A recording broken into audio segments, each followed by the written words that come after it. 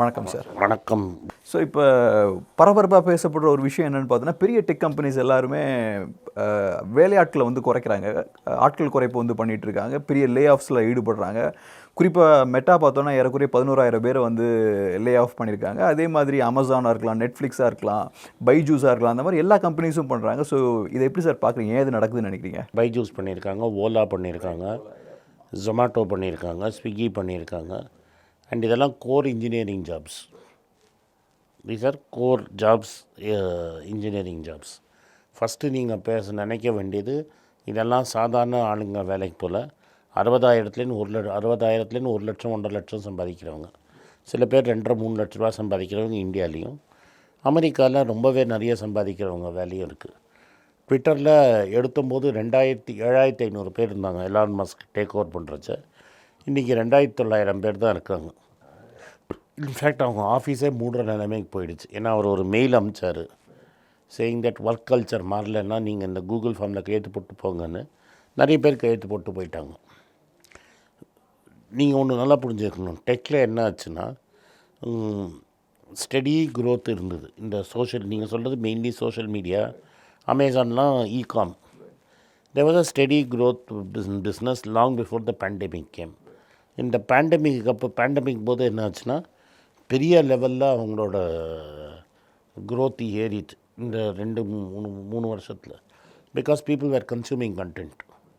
யூடியூப்லேயே நம்மளுக்கெல்லாம் ஒரு பவுன்ஸ் இருந்தது. Facebook, Netflix, Disney Hotstar launch பண்ணாங்க. எல்லா இடத்துலையும் கண்டென்ட் பயங்கரமாக க்ரியேட் ஆச்சு. After the pandemic got over and when everything started to reopen, people stopped consuming content.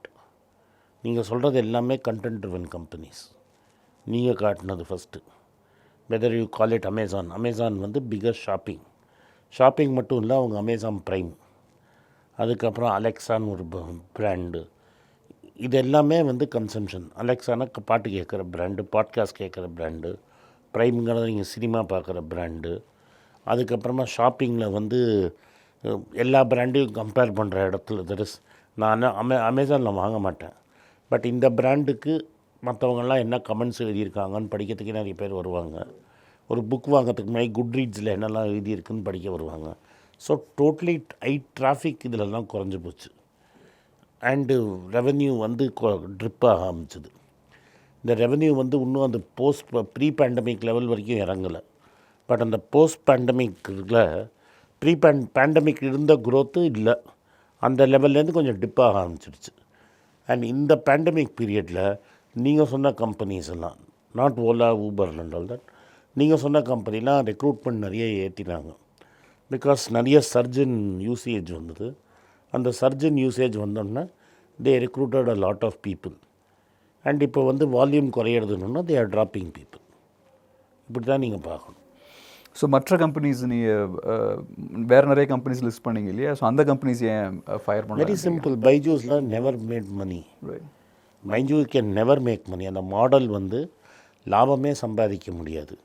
அமெரிக்காலேயும் மற்ற யூரோப்பியன் கண்ட்ரீஸ்லேயும் 2008க்கு அப்புறமா வந்து மார்க்கெட்டை சப்போர்ட் பண்ணுறதுக்கு இஷ்டத்துக்கு சென்ட்ரல் பேங்க் வந்து நோட்டை பிரிண்ட் அடிச்சுட்டு பாண்ட் வாங்கிட்டு இருந்தாங்க. there was huge surplus of liquidity coming from the US central bank, Japanese central bank and other European banks. They were running a loose monetary policy, what we call loose monetary policy. So நான் ஒரு example சொல்கிறேன். அமெரிக்காவில் வந்து $1 trillion தான் அந்த federal ரிசர்வோட balance sheet. அவ்வளோ பணம் தான் சர்க்குலேஷனில் இருந்தது. அது வந்து 2008லேருந்து 2018க்குள்ளே $9 trillion ஆகிடுச்சு. So they have increased their balance sheet almost 9 to 10 times. ஆனால் GDP has gone up only 2 times. Yeah, so if your money in circulation increases 9 times, your GDP should be at least 4-5 times. It should have gone up. It's gone only 2 times. All that money needed to find some place to go to. It came to all emerging markets. Ola and all that got free money. SoftBank அப்படிங்கிற company மூலமாக எல்லாமே free மணி வந்தது. SoftBank வந்து அலிபாபாவை கரெக்டாக first identify பண்ணாங்க. So because they identified Alibaba as a big success very early on life, they kept on எல்லாம் Moses இந்த சாஃப்ட்பேங்கோட ஃபவுண்டரை வந்து பெரிய காட் ஸ்டேட்டஸுக்கு நம்ம ஏற்றி அவர்கிட்ட நிறைய பணத்தை கொடுத்து விஷன் ஃபண்டுன்னு போட்டார். அந்த விஷன் ஃபண்டில் அவர் வந்து நிறைய ஸ்டார்ட் அப்லாம் பேக்கப் பண்ணார். அந்த ஸ்டார்ட் அப்லாம் வந்து நோ கான்செப்ட் ஆஃப் ப்ராஃபிட்ஸ். இப்போ ஓலான்னு ஒரு கம்பெனி எடுத்துக்கோங்க, அவங்க வந்து ப்ராஃபிட்டுங்கிற ஐடியாவே கிடையாது. And they kept on shifting goal post. First அவங்க கார் ரைடிங் பண்ணுறேன்னாங்க, அப்புறம் ஆஸ்திரேலியாலேயும் நாங்கள் பிஸ்னஸ் லான்ச் பண்ணுறோம் நாங்கள், அப்புறம் நாங்கள் ஓலா ஈட்ஸ்னு கொண்டு வரோம் நாங்கள், அப்புறம் ஓலா மணினாங்க, இதெல்லாம் ஆட்டோவை கொண்டு வந்தாங்க. இதெல்லாம் ரெடியாகிறதுக்கு முன்னாடியே நாங்கள் வந்து ஒரு இது பண்ணுறோம், 2 வீலர் எலக்ட்ரிக் வெஹிக்கிள் பண்ணோங்க. அந்த 2 வீலர் எலக்ட்ரிக்கல் ஃபஸ்ட்டு பெரிய ட்ராமாவோட பண்ணி நிறைய பேர் புக் பண்ணாலும் அந்த டெலிவரி ரொம்ப இல்லை, 10,000 வண்டிக்கு மேலே டெலிவரி பண்ண முடியல இது வரைக்கும். அதில் நிறைய ரீகால் ப்ராப்ளம்ஸ் எல்லாம் இருக்குது. ஆனால் பேசுகிறது 4 மில்லியன் 5 மில்லியன் 6 மில்லியன்னு. ஸோ இதெல்லாம் வந்து they had loose money was coming in from America. இந்த வாட்டி பேண்டமிக்கில் they gave more money. But பேண்டமிக்கில் என்ன டிஃப்ரென்ஸ்னால், இந்த வாட்டி பணம் பிரிண்ட் பண்ணி கவர்மெண்ட்டுக்கு கொடுத்த போது government gave it to the people also. So all of the people started spending money, people started conserving cash. Low level ஜாப்ஸுக்கு வரதை நிறுத்திட்டாங்க. And people spend money recklessly. அதே சமயத்தில் சைனாவில் லாக்டவுனும் டைட்டாக வந்தது. So the prices went up, inflation went up. So inflation கண்ட்ரோலுக்கு வெளில போயிடுச்சு. பணவீக்கம் ஏறினோன்னா அமெரிக்காவில் இன்ட்ரெஸ்ட் ரேட் ஏற்ற ஆரம்பித்தாங்க. ஸோ முதல்ல ஒரு 0.25 ஒரு 0.5 ஏற்றிட்டாங்க, அப்புறம் 4 வாட்டி 0.75 ஏற்றிட்டாங்க. And they're going to continue to increase it. 0.5 அடுத்த வாட்டி டிசம்பரில் ஏற்ற போகிறேன்னு இப்போவே சொல்லிட்டான், மினிமம் 0.5. ஸோ 1.0 இருந்த rate has already reached 4 and people think it will go to 5. But உங்களுக்கு 5% ரொம்ப பெரிய இன்ட்ரெஸ்ட் ரேட்டாக தெரியாது. But 0 to 1 is 100%, or 1 to 2 is 100%, 2 to 4 is another 100%, 4 to 6 is another 100%.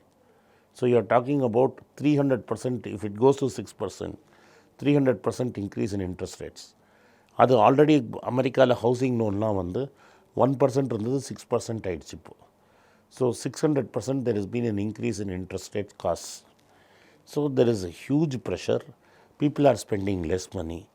And already வந்து பெரிய பணம் இல்லாதனால ஜெஃப் பீசோஸே என்ன சொல்கிறாருன்னா, இந்த கிறிஸ்மஸ் சீசனில் வந்து ரெஃப்ரிஜரேட்டரு வாஷிங் மிஷின்லாம் வாங்கி வேஸ்ட் பண்ணாதீங்க, பணத்தை பத்திரமா வீட்டில் பணத்தை சேர்த்து வைங்கன்னு அவரே என் சைட்டில் வந்து ஷாப் பண்ணாதீங்கன்னு சொல்கிற அளவு போயிடுச்சு. So there is inflation, there is tighten monetary policy and interest rates are higher. So suddenly இத்தனை நாள் வந்து எங்களுக்கு ப்ராஃபிட்ஸே வேண்டாம், நீங்கள் எதாவது பணம் காட்டிகிட்டே இருங்கன்னு சொன்னாங்க. இப்போ suddenly the industry has pivoted and asking for profits. There is no way Byju or Ola or going to make profits. Right. இதில் இன்னொன்று என்னென்னா, இப்போ நம்ம பெரிய டெக் கம்பெனிஸ்லாம் பேசுகிறோம், அவங்கெல்லாம் பெரிய லாஸ் ஃபேஸ் பண்ணிகிட்டு இருக்காங்க. அவங்கள எம்ப்ளாயீஸை வந்து வெளியே தள்ளுறதும் நடந்துட்டுருக்கு. பட் அவங்க they're profitable companies. Right. But small tech கம்பெனிஸ்க்கு இது நடக்கல. அவங்க எம்ப்ளாயீஸ் எல்லாம் ரீட்டைன் பண்ணிக்காங்க, அவங்க பெருசாக ஃபயர் பண்ணல. இப்போ ஆக்சுவலாக இன்றைக்கி கூட NDTVயில் ஒரு நியூஸ் பார்த்தேன், அதில் ஸ்மால் டெக் கம்பெனிஸ் அதெல்லாம் நான் சும்மா என்ன வேணால் சொல்லலாம். There are people, Wipro, TCS, Infosys, இந்த மாதிரி கம்பெனிலே பீப்புள் ஆர் இன் பெஞ்ச். இல்லை ஸ்மால் டெக் கம்பெனி சொல்கிறேன், சின்ன சின்ன கம்பெனிஸ் வந்து பெருசாக ஆட்களை வெளில தரலன்றாங்க. அது எங்கே நீங்கள் ஒன்றும் தரலையே. What is big, what is small, இதெல்லாம் நீங்கள் என்கிட்ட பேசாமே you cannot define. I know lot of small company which are even closed. But நான் என்ன சொல்கிறேன்னா, இட்ஸ் அ ரேப்பிட் ஷிஃப்ட். பேண்டமிக்கில் ஐடியில் வந்து ஆளே கிடைக்க மாட்டேங்கிறது. என்ன சம்பளம், ஒரு கம்பெனியில் இன்னொரு கம்பெனிக்கு டபுள் சம்பளத்தில் சேர்த்தாங்க. ஒரே ஆள் 2-3 கம்பெனியில் வேலை பண்ணிகிட்டு இருந்தான். அந்த டிமாண்ட்லேருந்து சடனாக டிமாண்டு போயிடுச்சு, ரிசெஷன் வந்துடுச்சு. ரைட். இப்போ இன்னொரு விஷயம் சொன்னீங்க இல்லையா, இப்போ இந்த கண்டென்ட் ஷேரிங் பிளாட்ஃபார்ம்ஸ் பொறுத்த வரைக்கும் அவங்க இந்த கோவிட் டைமில் நிறைய வியூவர்ஸ் இருந்தாங்க, நிறைய யூசர்ஸ் இருந்தாங்க. ஸோ நிறைய பேர் ரெக்ரூட் பண்ணாங்க நீங்கள் இல்லையா. டெலிவிஷன் இண்டஸ்ட்ரியில் நோட் பண்ணது என்னென்னா, அந்த டைமில் டிவி சேனல்ஸ் எல்லாத்தோட டிவி சேனல்ஸுக்கும் பார்த்தோம்னா டிஆர்பி பயங்கரமாக இன்க்ரீஸ் ஆகுது. பட் அவங்களோட ப்ராஃபிட்ஸ் இன்க்ரீஸ் ஆகுதான்னு பார்த்தா ப்ராஃபிட் இன்க்ரீஸ் ஆகலை. ஏன்னா மார்க்கெட் ஷட் டவுனாக இருந்தனால யாரும் அட்வர்டைஸ் பண்ணுறதுக்கு ரெடியாக இல்லை. ஸோ வியூவர்ஷிப் இன்க்ரீஸ் ஆச்சு, பட் ப்ராஃபிட் இன்க்ரீஸ் ஆகலை. ஸோ இதே லாஜிக் வந்து எப்படியும் சோஷியல் மீடியாவுக்கும் அப்ளை ஆகும். கூகுள் வந்து இஸ் அன் இன்டர்நேஷ்னல் பிராண்ட்.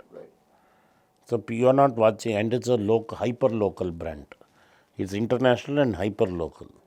நீங்கள் எந்த and it can give you minute data. So what is happening is, இப்போ ஹிந்து இந்த மாதிரி நியூஸ் பேப்பர்ஸ்லேருந்து and TV-லேருந்து ads are moving to social media at a very fast rate. So whatever is TV has lost is the gain of people like Google, because Google can tell me using my data, their data analytics, Anand Srinivasan என்ன spend பண்ணுவார், அவரோட பாடியில் அவருக்கு என்ன, அவர் lifestyle என்ன product வாங்குவார், it can make a rough guess. எனக்கு ஒரே கண்டென்ட்டில் எனக்கு வர அட்வர்டைஸ்மெண்ட்டும் உங்களுக்கு வர அட்வர்டைஸ்மெண்ட்டும் வேறு. ரைட், அது புரியுது. நான் என்ன கேட்க வரேன்னா, இப்போ லாக்டவுன் டைமில் கடையெல்லாம் க்ளோஸ்டாக இருக்குது, லாக்டவுன் ஃபுல் லாக்டவுன். பட் எனக்கு சிட்டி பேங்க் ஆட் வரும். ஓகே, பட் எப்படி ரெவன்யூ கம்மியாகும் இல்லையா? நார்மல் டைமில் கூட ரெவன்யூ கம்மியாகும் இல்லையா? எனக்கு என் கேஸில் எனக்கு தெரியலை என் கேஸில் கம்மியாகலன்னு. அண்ட் கூகுளோட ரெவன்யூ குறையலை. கூகுளோட revenue growth, Google is still growing positive in revenue, but it is the lowest in 5 years this time. It's only 6% growth. See, what is happening is, even if overall the ads are going down, ads are moving away from traditional media into social media. Okay, so இது இன்னொரு discussion என்னென்னா, உலகம் வந்து ஒரு பெரிய recession நோக்கி போயிட்டுருக்கு. குறிப்பாக யூஎஸ் எக்கானமியை பொறுத்த வரைக்கும் ஆல்ரெடி இன் ரெசெஷன் தான், பட் கவர்மெண்ட் வந்து அக்னாலேஜ் பண்ண மாட்டேங்கிறாங்கன்றாங்க. அதே மாதிரி இந்தியாவும் க்ரோத் ரேட் நம்ம 6-7-8% சொன்னாலும் 0-1% தான் இருக்கும் அப்படின்ற மாதிரி சொல்கிறாங்க. ஸோ அதை எப்படி பார்க்குறீங்க ஓவராலாக? What will happen is, there are several measurement agencies. They will release data. அமெரிக்காவில் there is already technically in recession.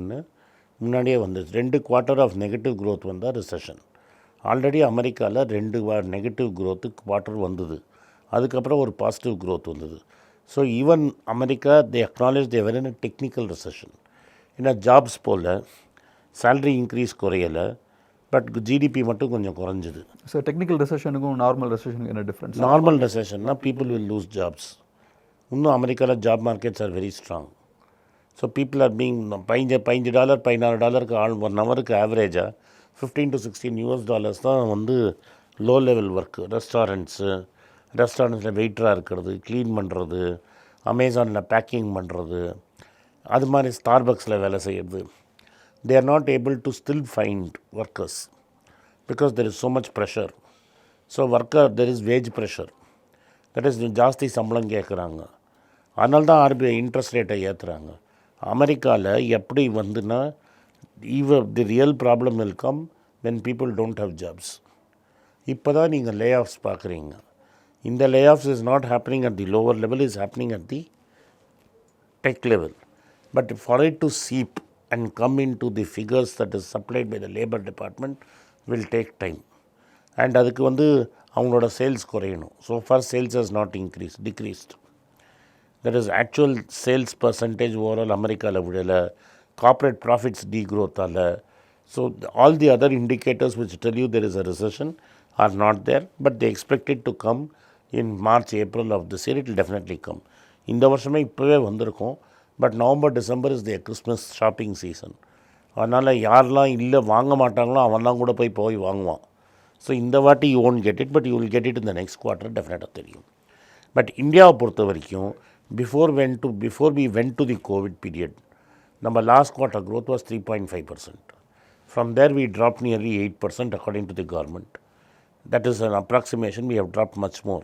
ஏன்னா இந்தியாவில் எப்படின்னா, ஒரு 2000 கார்பரேட்டை மட்டும் நம்ம டேட்டா எடுத்துகிட்டு வியூ இன்டர்புலேட், அதை தான் மற்றதும் அப்படி இருக்கும் அப்படின்னு அசியூம் பண்ணி 8% க்ரோத்துங்கிறோம். அன்ஆர்கனைஸ் செக்டர் மெஷரே பண்ணுறதில்ல. ஸ்மால் அண்ட் மீடியம் செக்டர் நம்ம மெஷரே பண்ணுறதில்ல.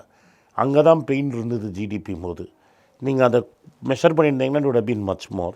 But we'll accept whatever the government says. 7.5 to 8 வச்சுக்கோங்க. All you have managed to do with the first quarter growth of 2022-23 is you have come back to the pre-pandemic level. நீங்கள் கீழே விழுந்ததை makeup பண்ணி அந்த லெவலுக்கு வந்திருக்கீங்க. So you have not had any great growth. Already first குவார்ட்டரில் 13% growth இருந்தது, இந்த quarter 6% குறைஞ்சிருங்கிறாங்க. So including that big 13% chunk of growth, you will grow, which was only catching up. போன இந்த குறைஞ்சதை நீங்கள் கேட்சப் பண்ண 13% சேர்த்து தான் நீங்கள் 6.5 6.8 பண்ண போகிறீங்க. அடுத்த வருஷம் growth இன்னும் கம்மியாக இருக்கும். So India is not doing extraordinarily well, and we are masking that we have been slow to catch up from the world. நான் உனக்கு எக்ஸாம்பிள் சொல்கிறேன். ஹை-எண்ட் பிராண்டோட எல்லாமே சூப்பராக போயிட்டுருக்கு. இப்போ நீங்கள் கார்ஸ் எடுத்துப்போம். ஃபஸ்ட்டு முன்னொன்னா நான் எக்ஸ்பிளைன் பண்ணுறேன். கார் எடுத்துக்கோங்க. கார் சேல்ஸ் வந்து பயங்கரமாக ஏறி இருக்குது அப்படிங்கிறோம். நம்ம அதை கிரானுலராக பார்த்தோன்னா பென்ஸோட சேல்ஸ் ஏறி இருக்குது. 10 லட்ச ரூபாய்க்கு மேலே இருக்கிற எல்லா கார் சேல்ஸும் ஏறி இருக்குது. 5 to 10 ஏறலை, பிலோ 5 ஏறலை. அப்படின்னா என்ன? த மிடில் கிளாஸ் யார் 10 லட்சம் கார் வாங்க முடியும்? இந்தியாவில் 10 லட்சம் கார்னால் very few people can afford. Their position is better. But those who have to buy 5 lakh cars are not improved at all. அடுத்தது, your motorcycle and two-wheeler sales are at 2012-2013 levels. That means your two-wheeler sales is not picking up. That is consumed by the middle class. That is under a lot of pain. இன்னொரு example சொல்கிறேன். செருப்பு எடுத்துப்போம், which is used by the common man. Shoes of Nike, Adidas, Bata இதெல்லாம் சூப்பராக ஏறி இருக்குது. ரிலாக்ஸோன்னு ஒரு footwear இருக்குது, சல்மான் கான் அட்வர்டைஸ் பண்ணுறது. அது 1000 rupees கீழே இருக்கிறது. அதோட sales has nose down by 35% குறைஞ்சிருக்கு. So the lower level people are not able to consume, the upper level people are consuming. So there is a K-shaped recovery. The rich have really done well in the pandemic and have become richer, and the poor and the middle class have become worse off. லாஸ்ட்டாக ஒரு விஷயம், இப்போ US market பற்றி பேசும்போது இன்னும் அவங்களோட buying கெப்பாசிட்டிலாம் ஸ்ட்ராங்காக தான் இருக்குது. ஸோ வர That நாட்களில் is because government has given them money. Right, ஒரு ஹாலிடே சீசன்லாம் வருது, ஸ்பெண்ட் பண்ணுவாங்கலாம் சொல்லிட்டு இருந்தீங்க. அது ஸோ இப்போ என்னென்னா, இப்போ லெட்ஸே நீங்கள் சொன்ன விஷயம் என்னென்னா, நெக்ஸ்ட் குவார்ட்டரில் மேபி ஒரு ரிசெஷனோட ஸ்டார்ட்டை வந்து நம்ம எதிர்பார்க்கலாம்னு சொன்னீங்க இல்லையா? ஸோ இப்போவே பார்த்தோன்னா நிறையா ஜாப் லாஸ் இருக்குது, இந்தியாலையும் சரி, வெஸ்ட்லேயும் சரி, யூஎஸ்லேயும் சரி ஜாப் லாஸ் இருக்குது. ஸோ ஒரு ப்ராப்பரான ரெசெஷன் ஸ்டார்ட் ஆச்சுன்னா என்ன மாதிரி விளைவுகள் எதிர்பார்க்கலாம்? இப்போ நம்ம கார் இப்போ இந்தியாவில் என்ன ஆகுங்கிறத நான் பேசுகிறேன். அமெரிக்காவை பற்றி நம்மளுக்கு கவலை கிடையாது. அவன் கிடைக்கட்டு போகிறான், எனக்கும் என்ன உங்களுக்கு என்ன. We are sitting here, so we'll bother about what is happening in India. America வந்து இன்ட்ரெஸ்ட் ரேட்ஸை ஏற்றிகிட்டே போவான் till he brings the inflation to below 2%. It is now at 7.7%. America keeps on increasing interest rates. இப்போதைக்கு சக்திகாந்தா தாஸ் இங்கே இன்ஃப்ளேஷனே இல்லைன்னு சொல்கிறார், விலைவாசியே இல்லைன்னு. இந்த மாதம் 6.7 இருந்தது, ஏன்னா base effect was very strong.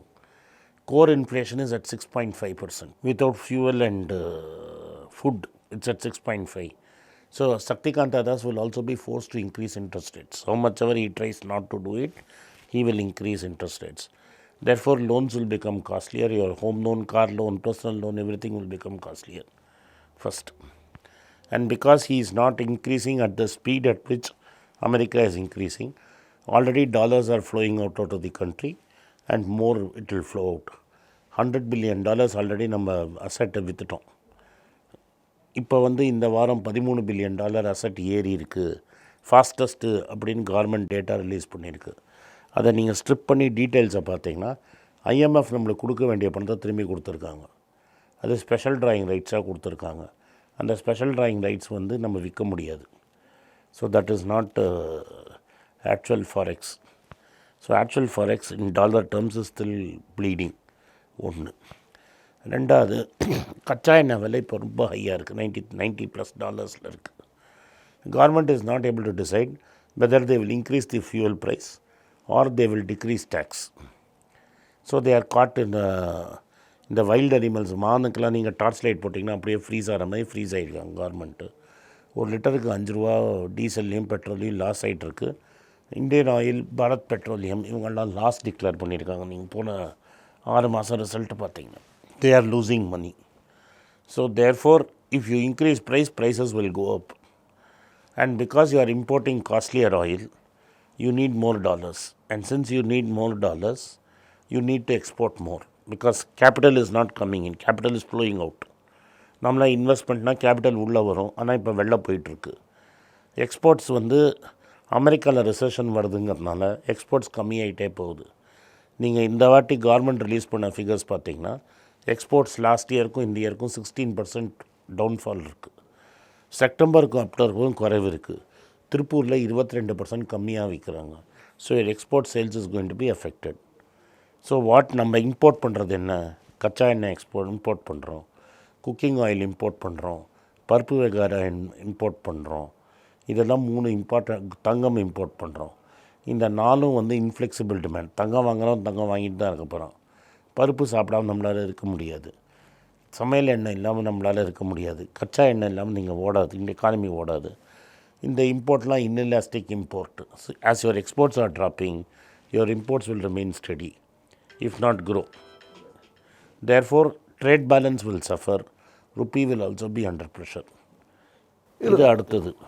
இதில் புரியாத விஷயம் என்னன்னா, நீங்கள் இந்த யூஎஸில் வந்து இன்ட்ரெஸ்ட் ரேட்டை ஹெவியாக இன்க்ரீஸ் பண்ணிகிட்டே போகிறாங்க இல்லையா? ஸோ இன்க்ரீஸ் பண்ணுறதால யூஎஸ்க்கும் பாதிப்பு இருக்கு இல்லையா? குறிப்பாக அங்கே யூஎஸில் அவங்களுக்கு நல்ல பாதிப்பு தானே, because is dollar is becoming more strong ஆகுது. பட் அங்கே கூடிய பிஸ்னஸ்னால அக்சஸ் பண்ண முடியாது. கேபிட்டல் டாலர் ஸ்ட்ராங் ஆகிடுறதுனால கேபிட்டல் அக்சஸ் பண்ணுறதுல சிக்கல் இருக்கு இல்லையா?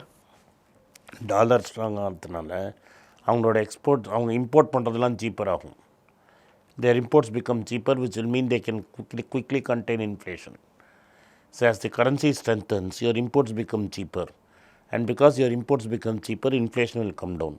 And another thing is they are not exporting much, because they are not importing oil anymore. 2000 வந்த கிரைசிஸில் அவங்க ஆல்ரெடி ஃப்ராக்கிங்கில் இன்வெஸ்ட் பண்ணி they are self-sufficient in oil production. Whereas India is importing 90% of its crude oil. ஒருத்தர் இருந்தார், அந்த காலத்தில் chief மினிஸ்டராக இருந்தார், இப்போ ப்ரைம் மினிஸ்டராக இருக்கார். ஏதோ பெருசாக நம்மளுக்கு லெக்சர்லாம் கொடுத்தாரு. நாங்கள் பவருக்கு வந்தோன்னா 40% of oil will be from made in இந்தியாவிலேருந்து நாங்கள் தோண்டுவோம். குஜராத்தில் அப்படியே ஆயிலாக இருக்குது, அதை வந்து சென்ட்ரல் கவர்மெண்ட் சரியாக எடுக்கலை அன்றைக்கி இருக்கிற சென்ட்ரல் கவர்மெண்ட்னு. நான் என்ன கேட்குறேன், 8 வருஷமாக நீ தானே இப்போ ஆட்சியில் இருக்கிற, ஏன் from 70% dependence it has become 85% dependence? What happen to your promise of digging more oil?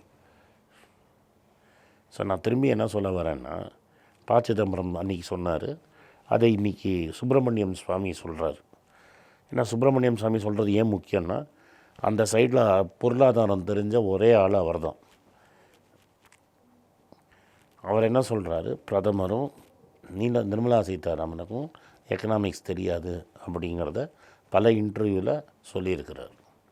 And அந்த கூட இருக்கிறவங்களில் இன்டெலிஜெண்ட்டாக யாரையாலையும் ப்ரைம் மினிஸ்டராலையும் ஃபைனான்ஸ் மினிஸ்டராலையும் வச்சுக்க முடியலன்னு சுப்பிரமணியம் சுவாமியோட கருத்து. திரு ப. சிதம்பரமோட கருத்து 8 வருஷத்துக்கு முன்னாடியே போஸ்டேஜ் ஸ்டாம்ப் பின்னாடி அளவில் கூட அவங்களுக்கு பொருளாதார நாலேஜ் இல்லைங்கிறது. இது ஏன் சொல்கிறதுனா, ஆத்ம நிர்பர் பாரத் நீங்கள் சொன்னீங்களா இல்லைங்களா? ஆத்ம நிர்பர் பாரத்துக்கு அப்புறம் நான் போய் நேற்று பிஸ்னஸ் லைனை பாருங்கள், சைனாலேருந்து இம்போர்ட்லாம் ஏறிட்டே இருக்குது, எக்ஸ்போர்ட்லாம் குறைஞ்சிக்கிட்டே இருக்குது. இது என்ன ஆத்ம நிர்பர் பாரத்? அப்புறம் மேக் இன் இண்டியா, நீங்கள் சிங்கத்தெல்லாம் கூட்டின்னு வந்து எங்களுக்கு காமிச்சிங்க. இன்னும் 2014 ரவுண்ட் அபவுட் ஒரு $50 billion தான் ஜாஸ்தி இருக்கும் at the end of this year. And first time you will cross 2014 exports. இந்த ஒரு அம்மையார் இப்போ ஃபைனான்ஸ் மினிஸ்டராக இருக்கிறவங்க அன்றைக்கி ஃபஸ்ட்டு காமர்ஸ் மினிஸ்டராக இருந்தபோது 2014 இந்தியா $900 billion எக்ஸ்போர்ட் பண்ணோம் 5 வருஷத்தில். நாங்கள் இன்னும் $500 billion கூட வரலையே. இதெல்லாம் ஏன் கேட்க மாட்டேங்கிறீங்க? அதெல்லாம் தான் இந்த காரணம், இந்த ப்ராப்ளம்க்கு. ரொம்ப நன்றி சார். உங்கள் பிஸியான டைமில் அருமையான ஒரு பேட்டி ரொம்ப நன்றி. நன்றி சார்.